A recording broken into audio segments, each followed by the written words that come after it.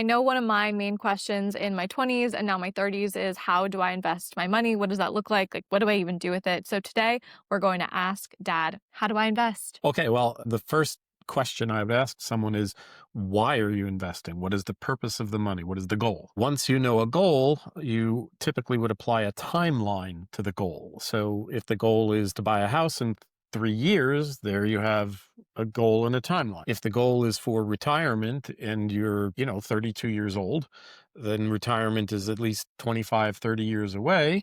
So you've got a much longer timeline.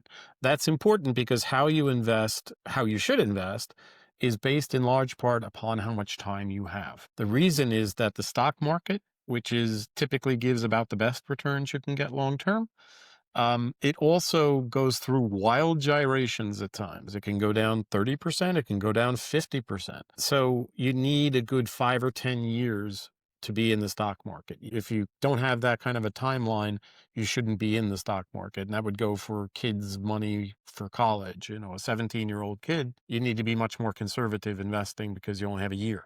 Can't afford to have a Mm, 50% market drop just before the child goes to college, right. and now you don't have the money. So once you know what you're investing for, if it's a short term thing, again, like to buy a house, then you're going to be looking at things like just bank accounts, money market accounts, high yield bank accounts. What's a money market account? A money market account is very, very similar to a bank account, but it's actually a mutual fund that generates interest. So it's typically higher interest than you can get in a bank account, And you can easily, and it's as liquid as a bank account. oh, There is the very small potential of a loss there in a crazy situation. Like in 2008, we had some money market accounts that went from $1. They're always $1 a share.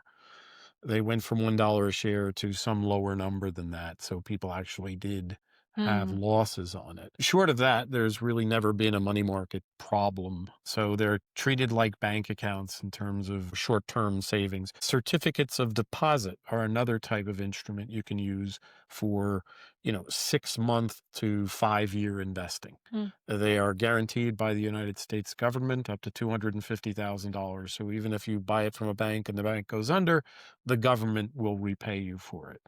So for a short term thing, that's typically what you're going to be looking at. For a long term thing, how you should invest